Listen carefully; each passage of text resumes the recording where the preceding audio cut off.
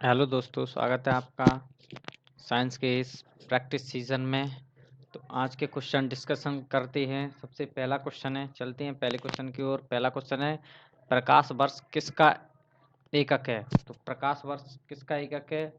तो ये है दूरी का। प्रकाश वर्ष किसका मात्रक है? दूरी का। चलते हैं अगले क्वेश्चन की तरफ। दूसरा क्वेश्चन है, निम्न में से कौन समय की इकाई नहीं है?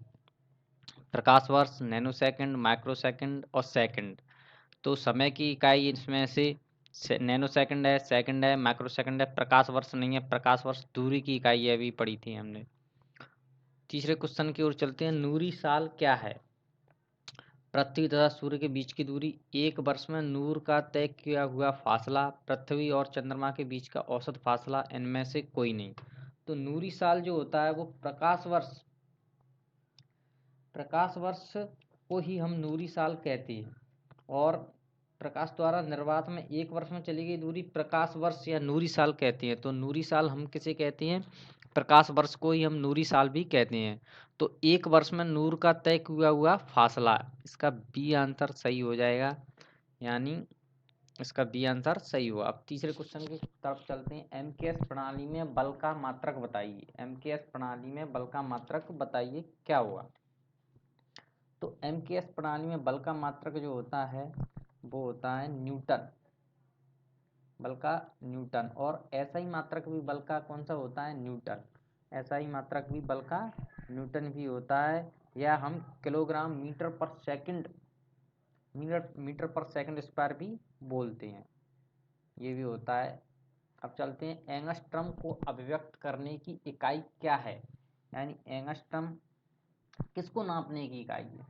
तो एंगस्ट्रम हम लंबाई की इकाई नापते हैं एंगस्ट्रम के द्वारा। हम लंबाई को नापते हैं एंगस्ट्रम के द्वारा। एक एंगस्ट्रम बराबर होता है कितना? एक एंगस्ट्रम बराबर होता है 10 की घात माइनस के 10 10 की घात माइनस के 10 मीटर। 10 की घात 10 माइनस के 10 मीटर होता है एक एंगस्ट्रम बराबर। अब चलते हैं नेक्स्ट क्वेश्चन की तरफ। अगला क्वेश्चन है, एक बार बराबर कितना होता है? एक बार बराबर होता है तुम्हारा कितना? 10 की घात 5 पास्कल। अब इसमें देखिए, एक पास्कल बराबर होता है 1 न्यूटन प्रति मीटर स्क्वायर। एक पास्कल बराबर होता है 1 न्यूटन प्रति मीटर स्क्वायर। और एक बार बराबर होता है 10 की घात 5, 10 की घात कितना? 5, 10 की घात 5 न्यूटन प्रति मीटर स्क्वायर। और एक बराबर होता है 10 की घात 5 पास्कल। एक बराबर कितना? 10 की घात 5 पास्कल। अब चलते हैं नेक्स्ट क्वेश्चन की तरफ। अगला क्वेश्चन है, लूमेन किसका मात्रक है? तो लूमेन किसका मात्रक है? ये लूमेन किसका मात्रक होगा? लूमेन मात्रक है ज्योति फ्लक्स का। किसका? ज्योति फ्लक्स का। अगला क्वेश्चन की तरफ चलते हैं। अगला क्वेश्चन है, ज्योति तीव्रता किसका मात्रक है? ज्योति तीव्रता किसका मात्रक है? ज्योति तीव्रता कैंडेला को हम ज्योति तीव्रता के द्वारा नापते हैं। कैंडेला को हम किसके द्वारा नापते हैं? ज्योति तीव्रता। कैंडल का किसका मात्रक है? जो तो पढ़ा था अभी, ज्योति तीव्रता का मात्रक है। ऑप्शन नंबर डी हो जाएगा। अगले क्वेश्चन की तरफ चलते हैं। क्वेश्चन नंबर 10, श्यानता की इकाई ऐसा इकाई क्या है? श्यानता की जो ऐसा इकाई है वो है तुम्हारी कौन सी? वो हो जाएगी प्याउजली। ऑप्शन नंबर सी, प्याउजली श्यानता की ऐसा इकाई है। Option number C. अब चलते हैं क्वेश्चन नंबर 11 की तरफ। क्वेश्चन नंबर 11 था, प्लांक नियतांक एच की विमा किसके समान? तो प्लांक नियतांक बराबर होता है एच बराबर ई बटे भी। प्लांक नियतांक जिसे हम एच से प्रदर्शित करते हैं, इसकी विमा होती है किसकी विमा के समान होती है? तो इसकी विमा होती है कोणीय संवेग की विमा के समान इसकी विमा होती है। प्लांक नियतांक की विमा कोणीय संवेग के विमा के समान होती है। अगले क्वेश्चन की तरफ चलते हैं। क्वेश्चन नंबर 11, किलोवाट घंटा किसकी इकाई है? तो ये है ऊर्जा की इकाई। किलोवाट घंटा किसकी इकाई है? ये ऊर्जा की इकाई है। घरों में जो यूनिट नापी जाती है वो किलोवाट घंटा से ही नापते हैं। कोणीय वेग की विमा क्या है? कोणीय वेग की विमा हो जाएगी कितनी? M0L0 T-1 कितनी हो जाएगी?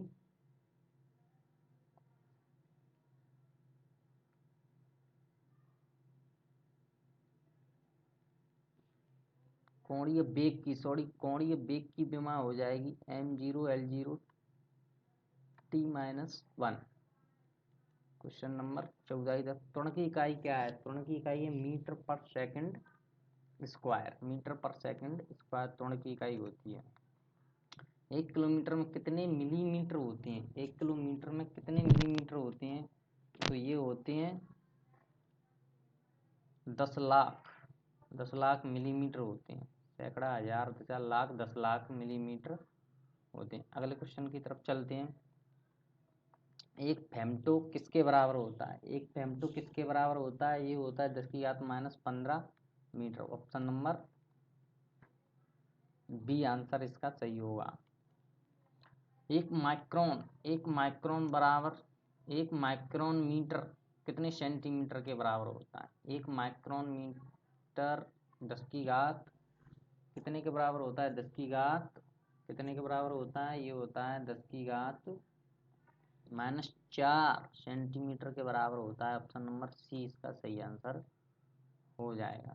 अभी चल रहे हैं 18। एक माइक्रोन किसके बराबर होता है? एक माइक्रोन बराबर कितने के बराबर होता है? कितने मिलीमीटर के बराबर होता है?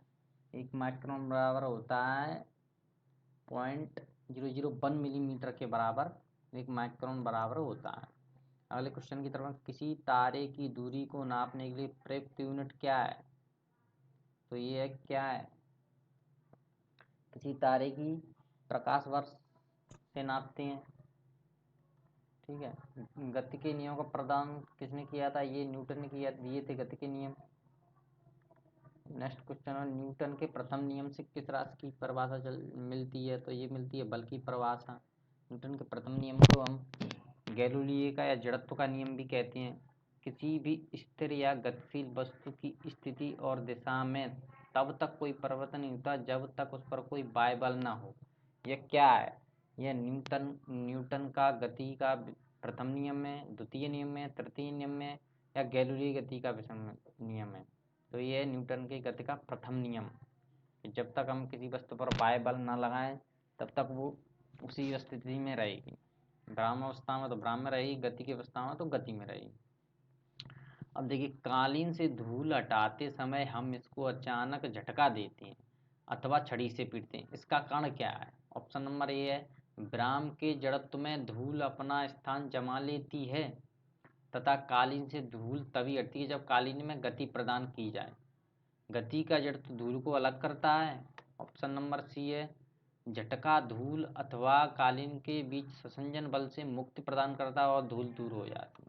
तो इसका ऑप्शन नंबर ए सही हुआ कि विराम जड़त्व में धूल अपना स्थान जमा लेती है तथा कालीन से धूल तभी हटती है जब कालीन में गति प्रदान होगी। 24 नंबर, किसने कहा है एक पिंड विरामावस्था में तब तक रहेगा जब तक कि बाहरी बल पर कार्य नहीं करता है? ये कहा है न्यूटन। किसने? न्यूटन ने कहा है। क्वेश्चन नंबर 25 की तरफ चलते हैं। एक गतिशील बस में अचानक ब्रेक लगने से सवारी आगे की ओर झुक जाती है। यह किस नियम का पालन करता है? न्यूटन के प्रथम नियम का, न्यूटन के द्वितीय नियम का या न्यूटन के तृतीय नियम का या संवेग नियम का? तो ये पालन करता है दोस्तों न्यूटन के प्रथम नियम का कि गतिशील बस में अचानक ब्रेक लगने से सवारी आगे की ओर झुक जाती है। यह किस नियम का पालन करता है? न्यूटन के प्रथम नियम का। नेक्स्ट क्वेश्चन पे चलते हैं। न्यूटन के गति का कौन सा नियम जड़त्व की व्याख्या करता है? तो ये प्रथम नियम है, जो जड़त्व के नियम को भी हम कहते हैं इसको। एक वस्तु के जड़त्व की प्रत्यक्ष निर्भरता किस पर करेगी? तो हमेशा जड़त्व निर्भर करता है द्रव्यमान पर। जिस वस्तु का द्रव्यमान जितना ज़्यादा होगा उसमें जड़त्व उतना ही ज़्यादा होगा। जड़त्व का नियम सर्वप्रथम किसने दिया? ये दिया था गैलीलियो ने। किसने दिया था? गैलीलियो ने दिया था जड़त्व का नियम, गैलीलियो ने दिया था।